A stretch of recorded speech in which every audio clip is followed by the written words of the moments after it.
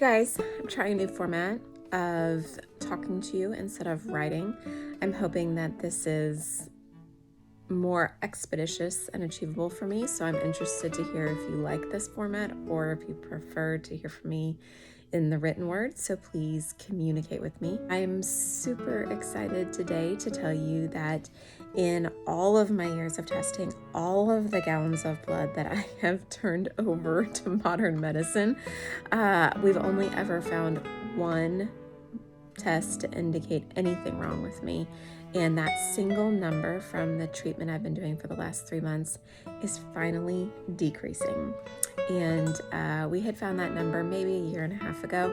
And while it is probably not root cause, it's probably an indicator.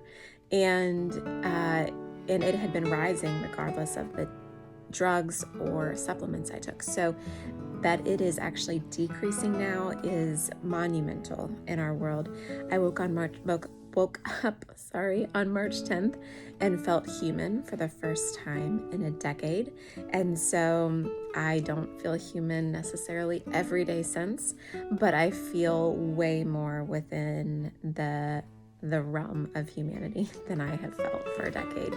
And so I'm super excited to tell you about that. I don't know yet whether it's gonna stick. I'm really slow to assume such things. So I think if I still feel consistently decent for a year, I'm gonna breathe a sigh of relief. But until I see it for a year, I'm probably gonna be holding out, waiting to see how things go. And so super excited to tell you about that today. Leave you with a little thought. Somebody was gracious enough recently to encourage me with the word of persistence, that they were, I guess, respecting and appreciating my persistence in the journey that I've been on. And I said thank you, and I deeply appreciate those words of encouragement. I think the interesting thing about persistence culturally is that we talk about it, and we don't really talk about the pain and the uncertainty in the persistence. We talk about the virtue, the value, and the outcomes that we see in persistence. And I am super grateful to see some of the outcomes of that finally.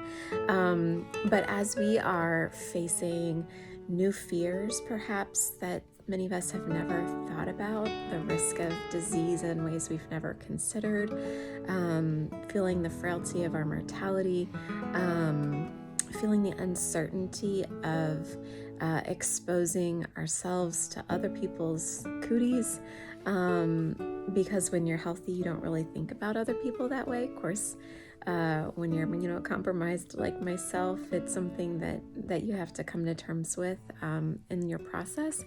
And so as we have new eyes for each other, as we're so tempted to judge each other in our different positions and viewpoints, I think persistence is timely. Persistence in the values that we choose. I think our emotions want to sweep us away. I think our feelings want to overtake us. And the Bible has a beautiful verse about taking every thought captive to the obedience of Christ. And if you're a believer, I think this is such an important reminder for where we let our minds go.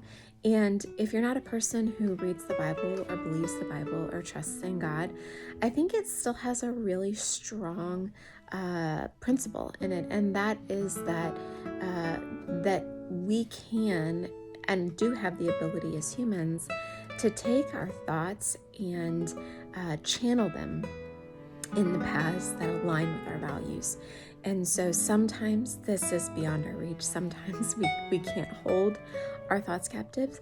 But I hope that as we re-enter society and as you face off things that undoubtedly are requiring greater persistence out of you, that you will succeed at taking your thoughts captive, and that you will hold to your values.